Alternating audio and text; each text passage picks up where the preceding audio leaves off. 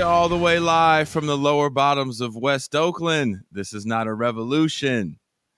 I'm actually very excited today. Been talking off air with this guest. I know I've mentioned it before on the show in like way previous episodes, but there was a time in my life that I worked in the great state of North Dakota, cooking for people that worked on oil rigs. I had just come off of a tour with a kids TV show, actually.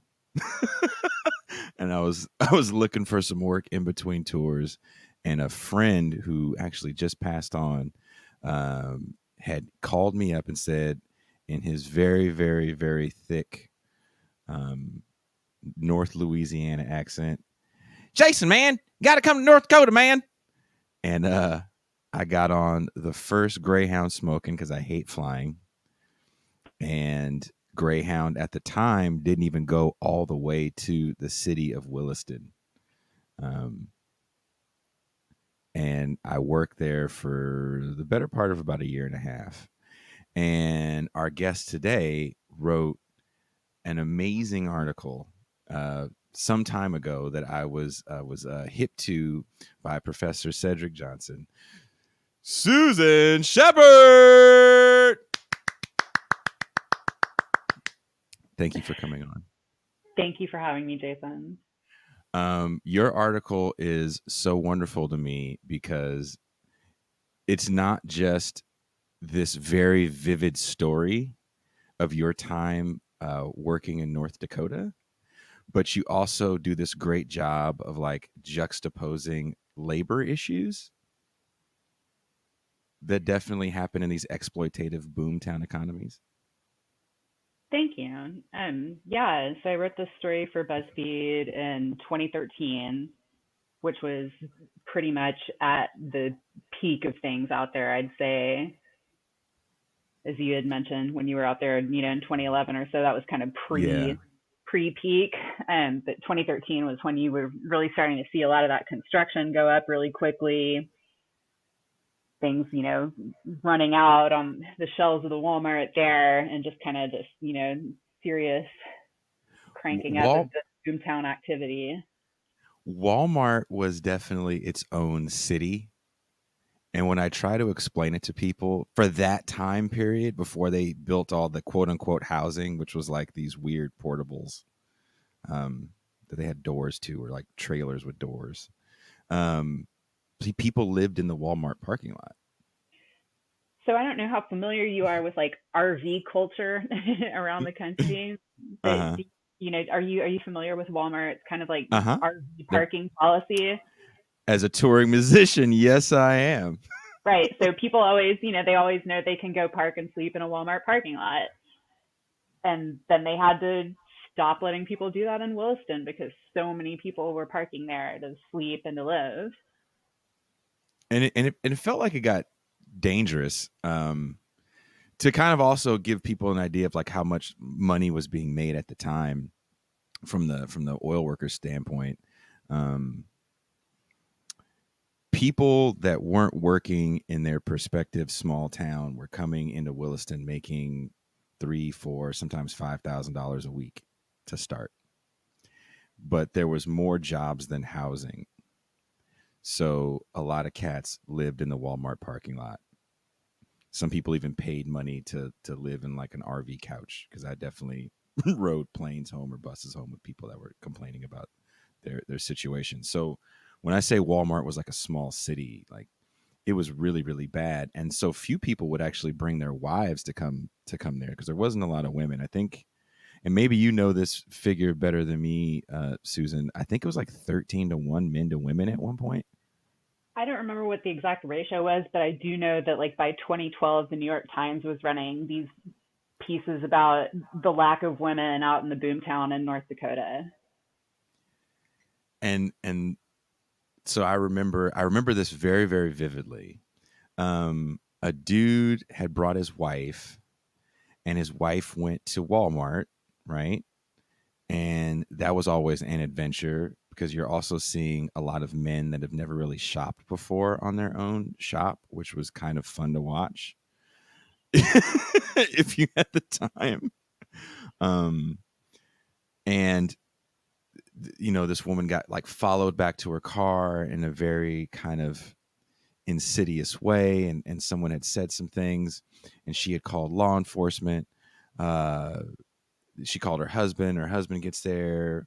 Law enforcement tells her husband, like, look, man, we don't have the manpower to really help with all these calls, so you just need, he goes, you have a shop, right? And the guy was like, yeah. He goes, well, just have the women call the shop and you guys do whatever you got to do and then call us when it's over. I was like, holy shit. Like, Well, this is the Wild West for real. I absolutely believe that the cops didn't have the resources to respond to calls like that. I certainly heard stories about that. I didn't ever encounter that myself shopping, but I knew dancers who traveled out there who certainly, had concealed carry permits because they were concerned about being followed and wouldn't go and shop after dark at the Walmart or the Economart grocery store. Oh, the Economart. But yeah, it did have that Wild West aspect to it, and it was very much this transient population that was coming in from other places looking for a paycheck. Obviously in those years right after the recession, after 2008, that really Mm-hmm. really spiked, since working America didn't ever recover from that recession. No, and we're feeling the effects even still. I wanted Mm-hmm. to read this excerpt that I really really dig from what you wrote. The American worker has never been so efficient in terms of output over hours worked. At the same time, real wages and benefits have plummeted. Prospects are shitty for college graduates and non-graduates alike. Layoffs and cutbacks in previously solid industries protect the profits of an ever smaller class at the expense of those who produce value. In stripper terms, here's what it looks like. Lap dances in many places will start at $20, the same price they were in 1990.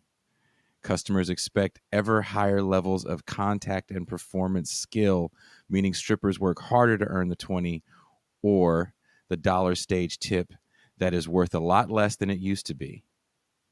I love that because I Thank think you. that it and I don't think I've said it. You did dance for a while out there in North Dakota. Right. So I worked out there. I started going out there in 2007, so like pre-recession, and continued traveling out there until 2013. And also, both of those clubs have been closed since 2016. They were Oh, closed no down shit. by the city council. Really? It's Yeah, so actually, I shouldn't laugh.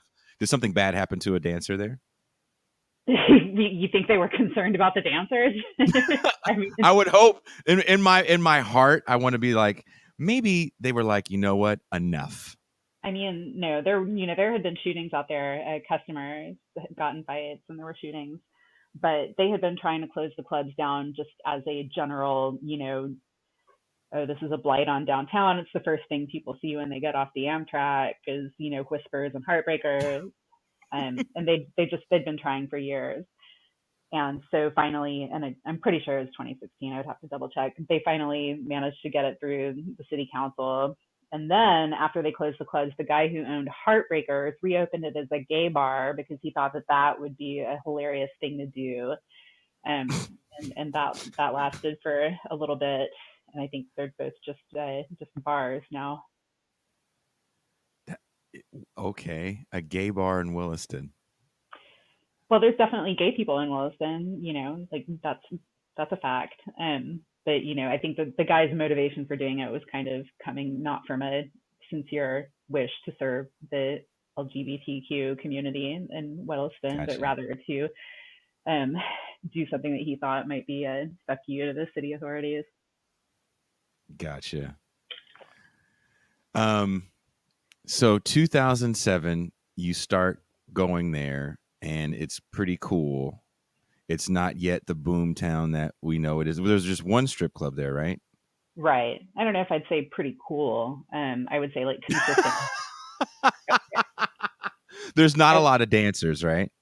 so there were only 3 dancers per week at the time, and I think I mentioned this in the story. They had a Mm-hmm. racial quota system there, so you would have 2 white dancers and 1 black dancer booked for each week. And so this meant, like in the booking, they would keep track of dancers, ethnicities when they wrote them down. Now, I again, I only went to that strip club one time, and it was a brownout, so it was like closed. Like you could Right. go in, and people were like mad that there was no power, and that's when I went to that one bar downtown. Was the only place that had like a generator. Um, I can't think of the name of it for the life of me. DK's, I think you're right. I think it was called DK's. There's a lot about North Dakota that I try to block out. Fair enough. You have a line about the dust and the dirt that just gets on you to this point where you can't wash it off enough. Like it I'm just not never sure if gets on. that I'm not sure if that was North Dakota specific as much as it was like being in a club for 10 hours a day. But Yeah. God, 10 hours a day. So one of the things that I would like as I'm, and maybe this is just me reading into this, and maybe this is just my like super leftist side trying to read too much into this. I feel like you constantly bring up like real labor issues that we even face today when writing this piece. well, sure. I mean, so I studied at the University of Texas in Austin, and I have an English degree, which is why I was a career stripper for many years.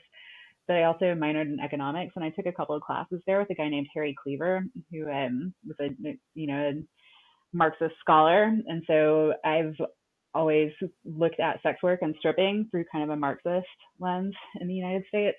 Um, and then I helped found the sex workers website Tits and Sass, and so always in looking at like sex worker labor issues, I tend to see them in that those class conflict terms and sort of as part of the greater picture of work. Which is really interesting because I feel like usually when we see anything about sex work, I don't really see it through that same exploitative lens like that from the labor standpoint of it, right? Well, that's yeah, it's definitely different than some other types of work, but I think it also helps. It helps us kind of fine tune the ways that we look at that, because I think when you do drill down, you can find how it fits in that scheme. Mm-hmm. Mm-hmm. So I'd be curious to hear how you see it. You had a line about the pattern of work, like, well, I went here because you could work here for a while, and then I moved here, and you said it's kind of like migrant work Right, right. with dancing. And I don't think a lot of people look at dancing from that perspective. I don't think we look at it from the perspective when you talked about having a club that, like you said, when you started, there was 3 of you, and then there was like 22 girls in one night, Hmm. and you have to pay, what was it, $120 for the Right, by the night? end there, yeah, that was the stage fee was $120. I mean, the only person really profiting at the end of the day is going to be the club owner because your Well, competition is really high. the dancers were still, for the most part, turning a profit. But it did mean that like the stakes are a little bit higher, right? Because you would stand to potentially be out money if it really was a terrible night. Yeah, and then another thing you kind of touched on, and again, you have to work in one of these towns to really understand. It's so remote that transportation isn't easy there. Like I said, when I went there, there was no bus line at the time, Right, right. and the train ran to Williston, but in the winter it doesn't because the tracks are all like there's just snow packs on the tracks and they can't get through. Yeah. So there's a plane, there's a airport, which you got to take those real small, damn near John Denver planes that scare the shit out of me. Um, I'm not a drug user. I'm hella lame and I don't drink, but the only time I ever take Xanax is when I had to fly out of Williston. Oh, it's so yeah. It's not. I've actually never flown into Williston. I flew into Minot once and rented Which a is like car out there. it's like 2 hours away, right? Minot, Yeah, it's hour and a like two half, hours 2 hours. Yeah. there. Yeah, and also there used to be a strip club in Minot that dancers would work at as well. I never made it out there, and it didn't stay open for more than a few years, I don't think. But they did have a club for a little bit. Minot was kind of the big city because, from my understanding, that's where the mall was. Yeah, the Air Force. They have an Air Force base there. Yeah, the Air Force Base. That's what it is. But yeah, getting out there isn't. Yeah, it's not an easy place to get to. It's not on an interstate. You have to go, through to the very northwestern corner of North Dakota. You're really close to the Canadian border. It's just not an easy place to get to. No, not Like at all. I think like the way that I would describe it to people is that you would have to drive like 400 miles to get to a Target, basically. That's true, and no one believes you, I and don't that's think why they. Walmart. Yeah. I think people who live in the West kind of have an understanding of just how remote things can get. Like definitely people who are from the East Coast have no idea, Mm-mm. like Mm-mm. no real frame of reference for how remote it is out there. But people who have, people in the West have, they've been on those long drives. They kind of know how far apart things can be. And it totally drives up transportation costs. And I remember flying out. Yeah. The ticket was $829 Oh for a my one-way God. ticket out. So I would Wow. take the train to either Portland or Seattle, Right. and then fly back home for like $100. But it was always expensive. I would say the cheapest cats would pay would be like $400 or $500 to get home for your 2 weeks off. Right. Before you did it all over again for another 6 to 8 weeks. So like even those costs just going through the roof. Like I want to say they built that airport after the boom. No, it was there. There just It was weren't always very many there. flights. Yeah, it would just have, a couple of shuttle flights to Denver, I think, was all. Mm-hmm. And then they ended up eventually having a direct flight from Houston and I don't know, maybe, a couple from Minneapolis. And that would have been it. And then there's also the racism factor that was like really high all over that region. Yeah, I'm a white woman, so I didn't experience any of it directly, but every region has its own special flavor of who they their targets, right? And like out there's a lot of obviously a lot of racism towards black people, but also Native Americans, Natives, yeah. which is something that I hadn't been familiar with before being in North Dakota and Montana, and that was a whole new variety. But yeah, as I had mentioned, like the clubs had that quota, but which weirdly came off as almost a form of affirmative action That's how it sounded. because they were trying to ensure that they would always have black dancers working there. Like who? What I want to know when I saw that, I kind of laughed. And I was like, well, who the fuck was there saying, "Hey, man, we need some diversity"? Like who? Who was the diversity person? Was it the club itself that was like, what we really need is we need to I, switch this thing up? the one of the women who booked it, I think she really was trying to like do the right thing by the dancers that would come out from the cities there, but I really can't speak to anyone's intentions there. But yeah, you basically would have a lot of people coming from the cities, which are you're going to have a more diverse pool of workers than you are Mm. in North Dakota, like you said about the people working at the camps, right? You're going to have Oh yeah. if you've got black people working out there, if you've got Mexican Americans working out there, it's not because they popped over from across the border in Montana or further away in North Dakota. It's because they came from somewhere far away. Mm-hmm.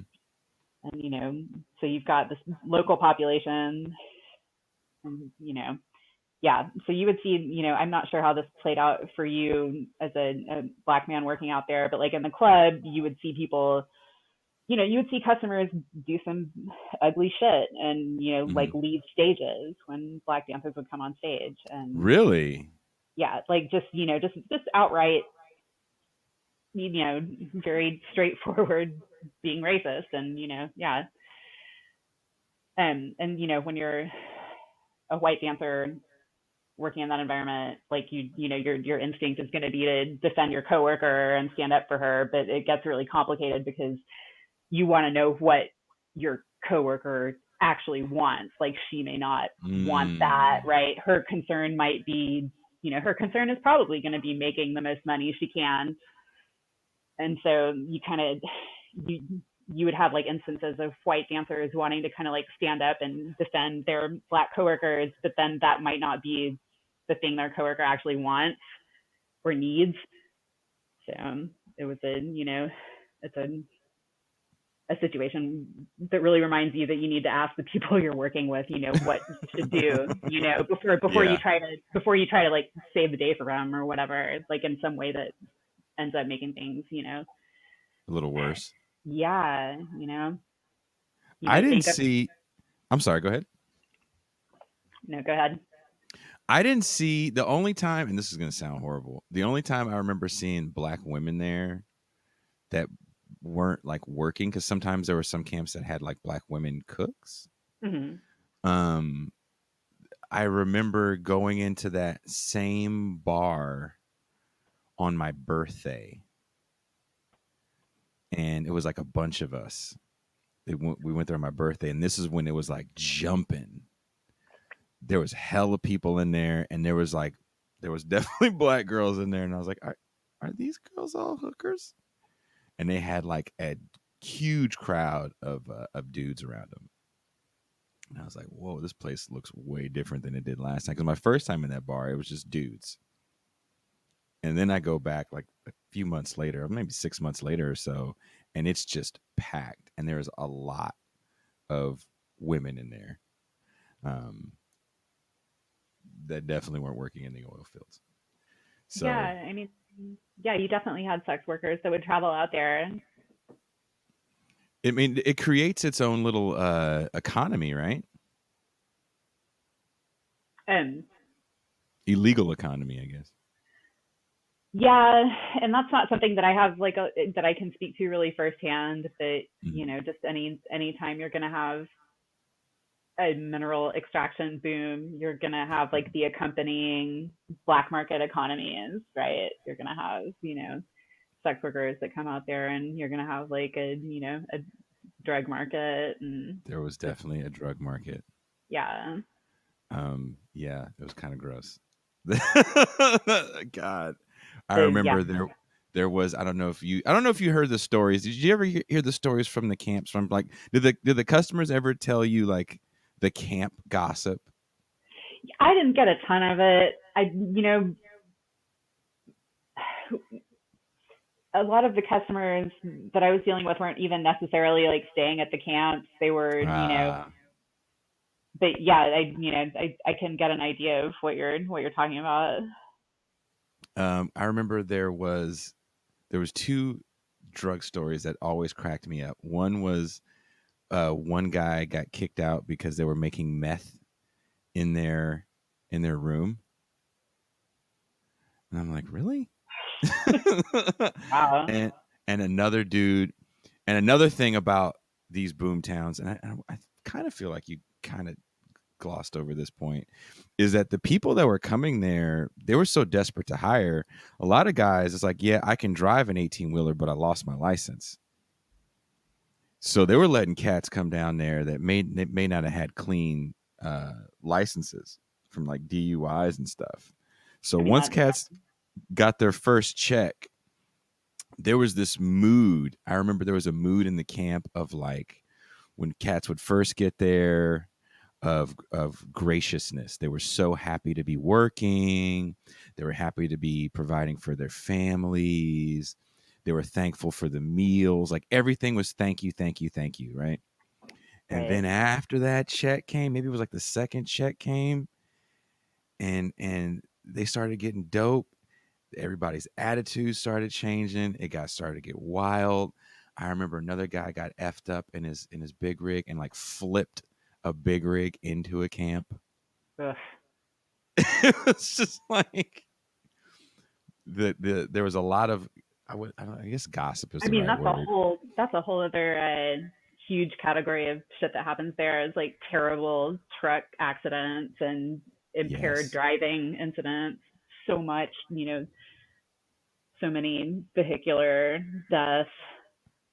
Yes. Because those roads are dark. Oh gosh, they're so bad. I mean, and this You is, yeah. you write about how and maybe you can even expand on this. You write about how these boom towns don't look like how people think a boom town's going to look. Like even though there's all this money flowing into the city, it's still dirty. They don't open up any new places. All I remember very vividly is just the help wanted signs and places closing down. Like there was people that were coming to work in my camp because their restaurant closed down because they couldn't hire enough people to service people, to like feed Right, because people. they can't, yeah, they can't pay enough. And it's really, yeah. So two things, like it doesn't look like a boomtown. Well, I think that like an idealized vision of a boomtown is something where there's life and it's bustling and there's, Mm-hmm. I don't know, like I'm thinking about Deadwood, right? Like there's people coming to town and hanging out a shingle. mm-hmm. But Mm-hmm. but yeah, you've also got your everyday local businesses that can no longer compete with oil field salaries, and so they have to close down. And what that reminds me of these days is what happens in high end tourist towns in the mountains, in like Whitefish or Jackson Hole, Mm. where people can't afford to live there anymore, and so you have like your restaurants having these same issues where they can't staff because they can't, you know, pay enough money to people to be able to live there, Which is insane. which is just a terrible way to run things. Yeah. Would you say that's kind of capitalism And that's 101? definitely, yeah, right. It's part of the end game here, the way that things work. Which again, and I'm glad you did say you had the the Marxist professor, the econ professor, because I'm like, that explains a lot. Because when I'm reading this, I feel like there's constantly this you keep kind of showing that the life of a dancer there isn't what the media is making it out to be. And I remember those CNN pieces Yeah. about how women were making $3,000 a night, and just off the first thought, knowing dudes there and how much money they were making, I'm like, maybe because I can see dudes doing that. Dudes would do dumb shit. Every room we had came with a TV. It's like imagine like a small hotel room. I don't know if you've ever been in one of the rooms. Yeah. Um, and they had like a small, like 20-inch flat screen TV. Every room had it. They would go buy the 60-inch TV at Walmart. I gotta say, like one of the things that people complained about the most there was not having anywhere to go shopping, which just blew my mind. Like, man, I just wish I had a better mall here to go buy some bullshit. Just like really, like that's what you're missing is just, yeah. So it doesn't. I guess it doesn't surprise me that that's what they would do. It's like that would be like the only leisure activity they could have there. And do you remember this? The lack of animals. Did you remember seeing any animals in the wild? Uh, yes, I saw some deer walking around town. I never saw, you saw more than me. And I was a little further out. I was Yeah. still in Williston, but I was like kind of on the outskirts. We Yeah, never saw animals. it doesn't surprise me. Like, doesn't it seem like all of that activity would send animals running? Apparently they did. I guess Montana got overrun with wildlife, and the hunters were losing their shit. Like, oh, we can just kill so much. Um, it's Right. the whole thing. Like, and to your point about racism, right when I left, I got sent a letter from the last camp I was at. I'm sorry, from the first camp I was at, um, about a class action lawsuit because a gentleman that was a black man came into the kitchen where he worked, and there was nooses hung in the kitchen. The kitchen where he worked at the camp? Mm-hmm. Okay. And I was asked to make a statement, but it didn't happen while I was there, so I couldn't speak to that. I definitely wanted to write about some other shit, but Wow. Do you know what happened with the case? I don't know the final thing that happened. I actually did have some friends that I'm literally still friends with to this day. One of which is an amazing artist out of New Orleans, um, and they remember the case. They said the guy had got, I guess, a little mouthy with somebody, and they were like, "All right," and a bunch of dudes hung some nooses up in the kitchen while he was asleep. Oh my God. But that's there's a, how can I put it? There's an exploitative mentality to this extraction economy that I don't think people look at, because when you're in it, and I want to get your take on this. When you're in it and you're making a little bit more money than you would be making back home, you don't really see the exploitation. And it took me a minute to actually see it. And I didn't see it until I worked with a young lady from Alaska, actually, that was pretty, what you young people call woke. and and I didn't really know what fracking was. Mhm. And one day she just, because I didn't do it, I cooked, so it wasn't Right. any of my business. And she just broke it down to me, really what it was and what the harm it causes in the environment. And then we kind of got into a bigger conversation about the exploitative nature of the native population in that area, in this new boomtown. And to see how it was like affecting that community, they weren't bawling by any stretch of the imagination with all this newfound money that was coming in. And I didn't really work with any, to be honest with you. The few that would come work with us would just leave after payday, if they even got on in the first place.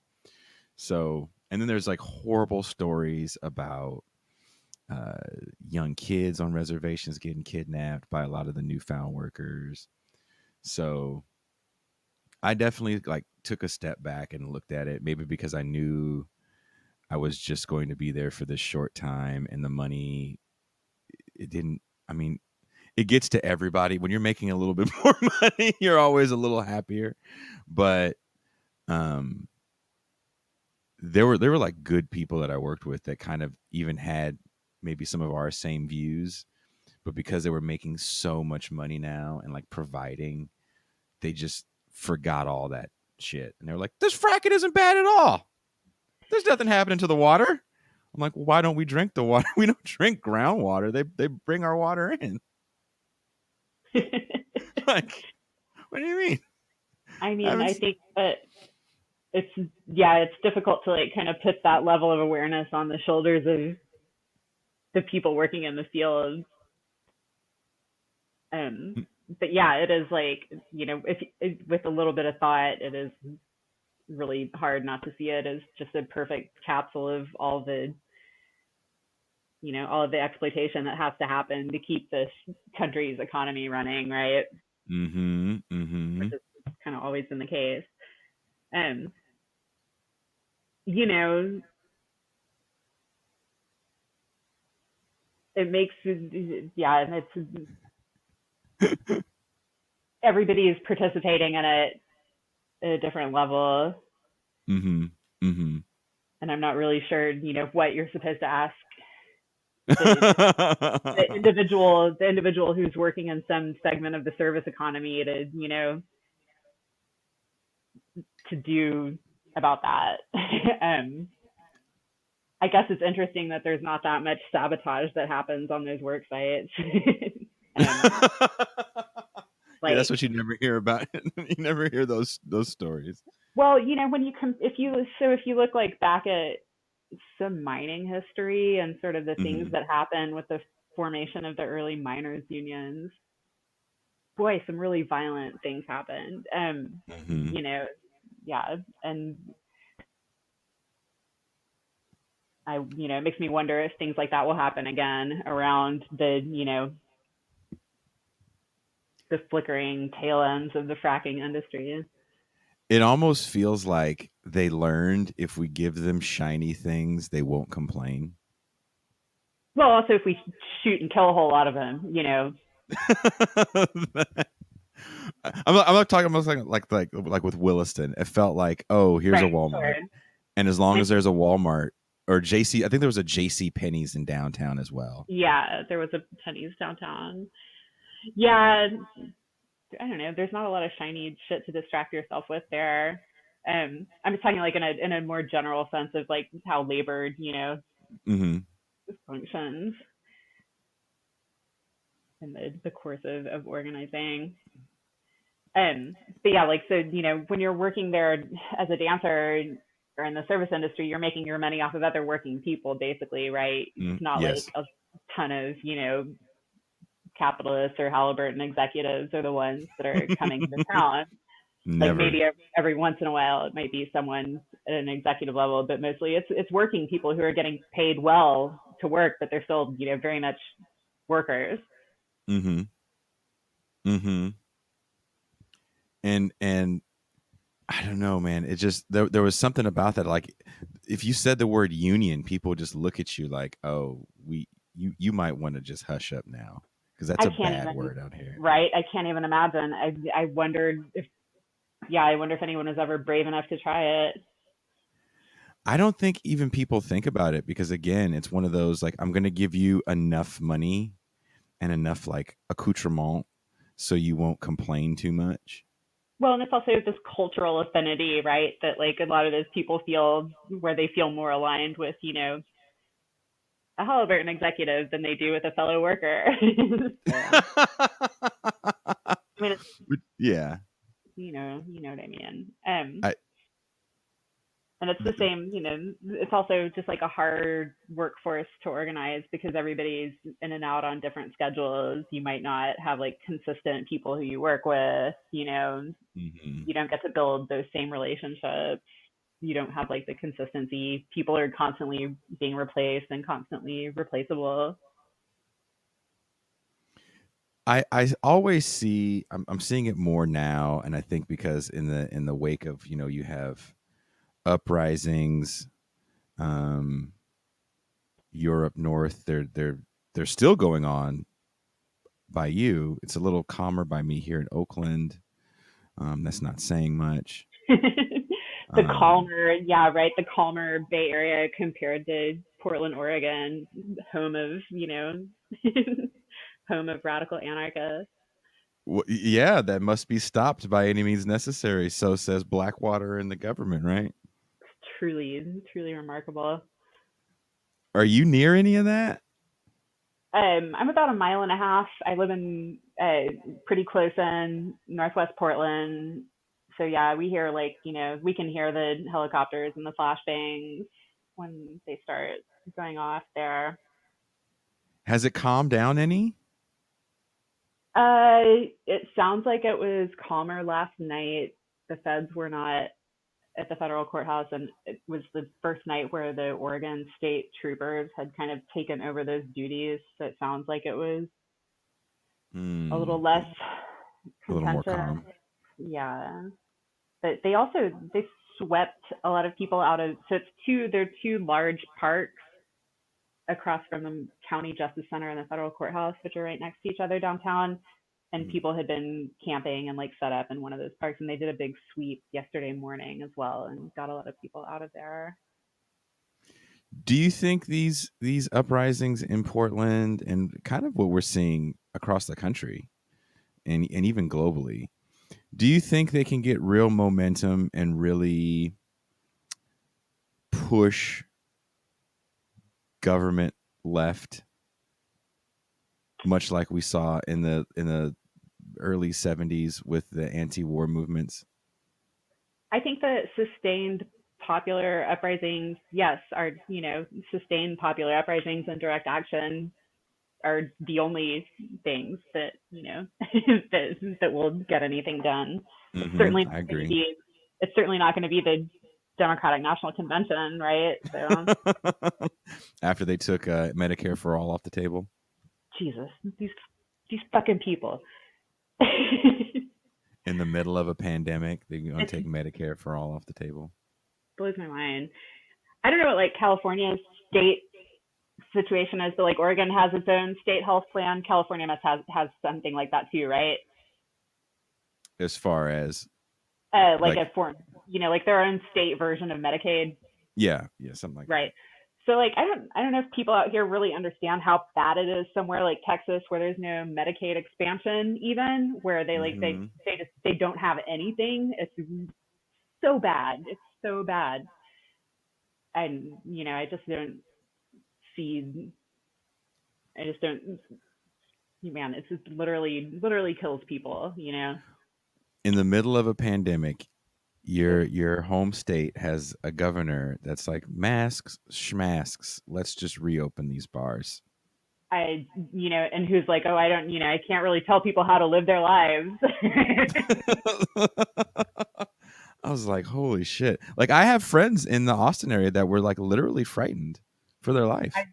it's yeah, it's insane. Absolutely, just the way everything's been dealt with there. So here's like an interesting tidbit. They had shut down bars again, so the strip clubs there had to close down. Hmm. But there are BYOB clubs in Texas. Okay. So if you have a liquor license, your club can be topless. If you don't sell liquor, you can have a full nude club. So there's full nude clubs that are BYOB. So they are not Hmm. classified as bars. So they can be open. Hmm.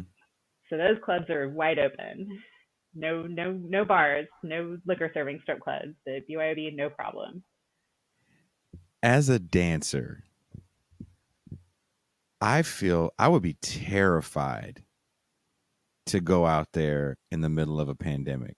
I'm like, nah, I can't do this.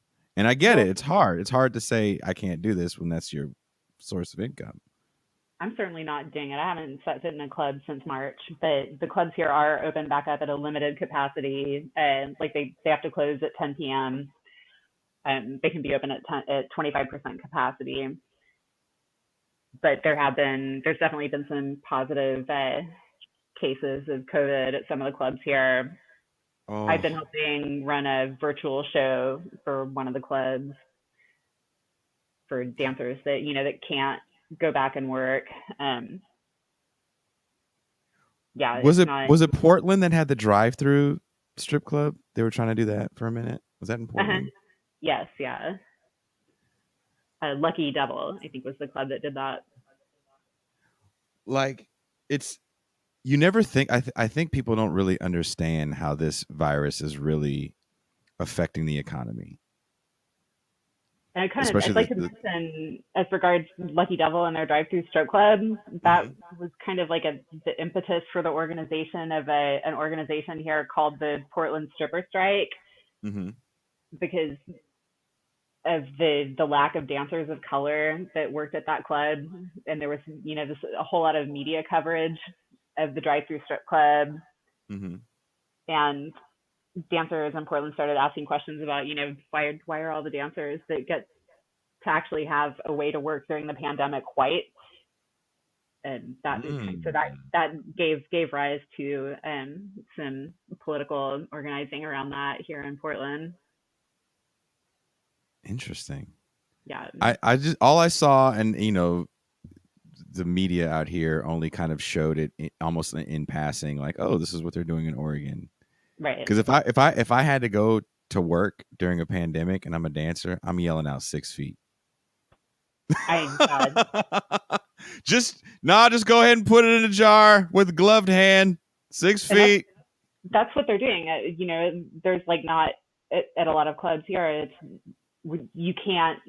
You have to maintain that distance, right? So there's no. If you're getting a private dance, the dancer is 6 feet away from you. You have to leave your tips like in a bucket on the stage. Yeah. So they are maintaining that here, but that's not the case in other states, in other cities. So That's insane. it's terrible. Does it feel to you like almost the death march of the poor sometimes? Doesn't it? I mean, you know, that's like the the thing that really strikes me are these huge outbreaks in meat packing and food processing plants, Mm-hmm. where that's Mm-hmm. that literally is like your most vulnerable people. A lot of them are migrant workers or people on work visas who are like really beholden to their employers, right? Like being in the country is conditional on their employment, Mm-hmm.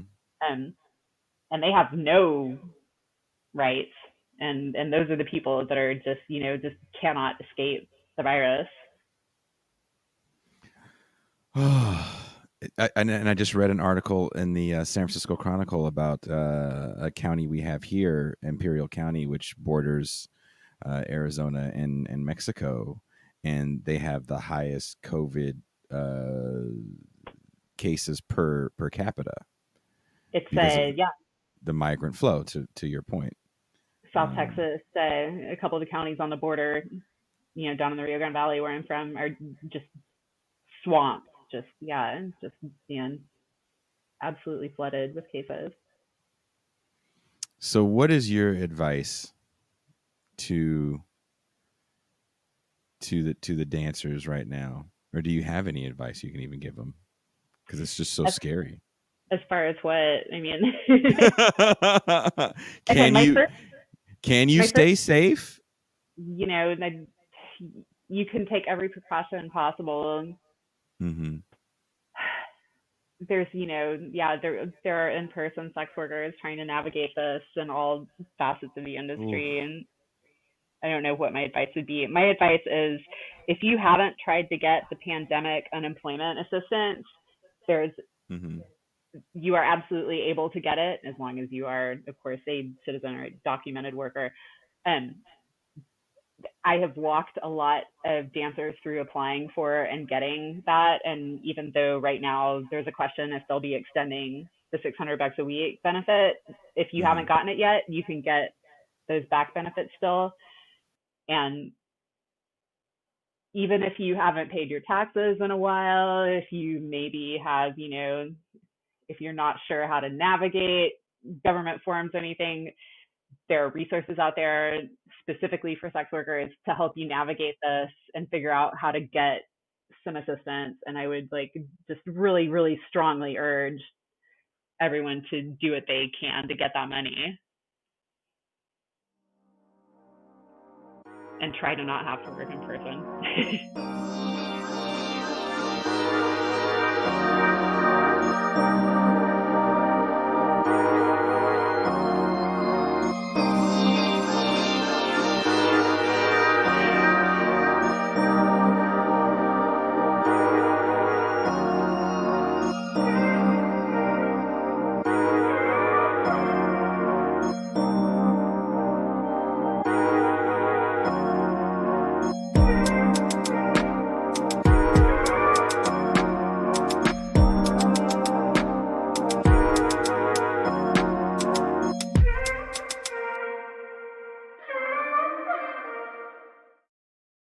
You all for listening to the show. What you just heard in that very abrupt ending was me jumping down from my chair, more falling out. If you listen very closely, you can hear what sounds like a lady screaming. That's me running from a rodent. In the middle of this recording, a rat ran by me, and I very frightenedly ran out of the room. Like I literally ran out of the studio, And then the side of the studio that we're on is kind of a more secluded side, so there's not really anybody here. So then I literally ran out the door and screamed for help because a rat ran by me. That being said, thank you so much, Susan, for taking the time to come on the show. We will be having another part to this interview for patrons. So become a patron and you can hear the rest of what Susan and I talked about. But until then, I'm going to try to do less screaming and running and more show hosting. Thank you all for your patience and your time. Have a good one. Here's a song you've never heard.